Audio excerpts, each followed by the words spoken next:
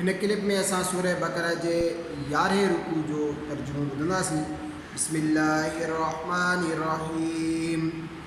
ऐं बेशक असां मूसा खे किताब अता कयो ऐं उन खां पोइ हिकु ॿिए पुठियां रसूल मोकिलियासीं ऐं असां मरियम जे पुटु ईसा खे पधरियूं निशानियूं अता कयूं ऐं पाक रूह जिब्राइल अमीन सां उन जी मदद कईसूं त छा जॾहिं तव्हां वटि को रसूल उहो कुझु खणी अचे जेका तव्हांजे नफ़्स जी ख़्वाहिश न आहे त तकबुर करियो था।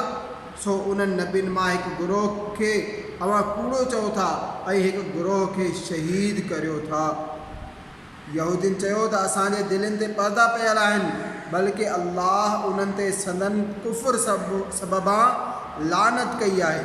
सो उन्हनि मां थोरा ईमान आणीनि था जॾहिं उन्हनि वटि अल्लाह जो उहो किताब क़ुरान आयो जेको वटनि अॻु मौजूदु किताब तौरेत जी तस्दीक करे थो।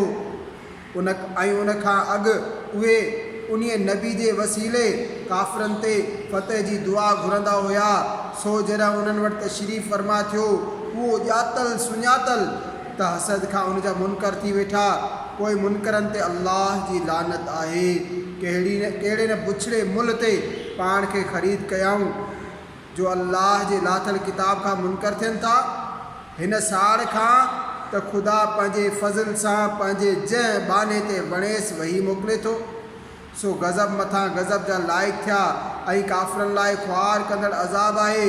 ऐं जॾहिं उन्हनि खे चयो वञे त अल्लाह जे लाथल किताबनि ते ईमान आणियो त चवनि था जेको असां ते लथो आहे उन ते ईमान आणियूं था ऐं बाक़ी किताबनि खां इनकार कनि था, हालांकि उहो बरहक़ आहे तस्दीक कंदड़ उन किताब जे जेको साणनि गॾु आहे।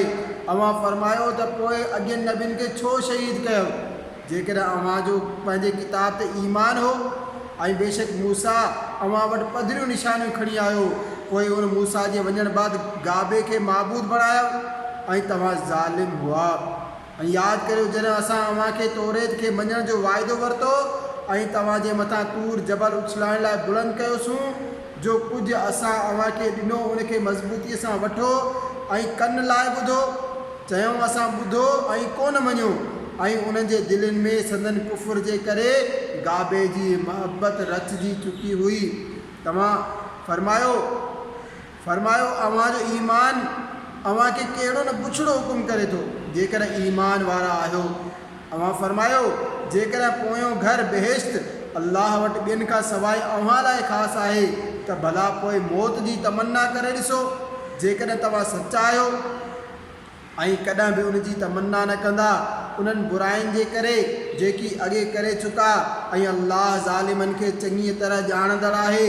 ऐं बेशक तव्हां ज़रूरु उन्हनि खे सभिनी खां वधीक हयातीअ ते हिर्स कंदड़ ॾिसंदा। ऐं मुशरिकनि मां किन जी तमन्ना आहे त जेकर 1000 साल ज़िंदा रहे ऐं उन वॾी उमिरि जो मिलणु उनखे अज़ाब खां नथो परे करे सघे। ख़ुदा संदन कमनि खे ॾिसी रहियो आहे।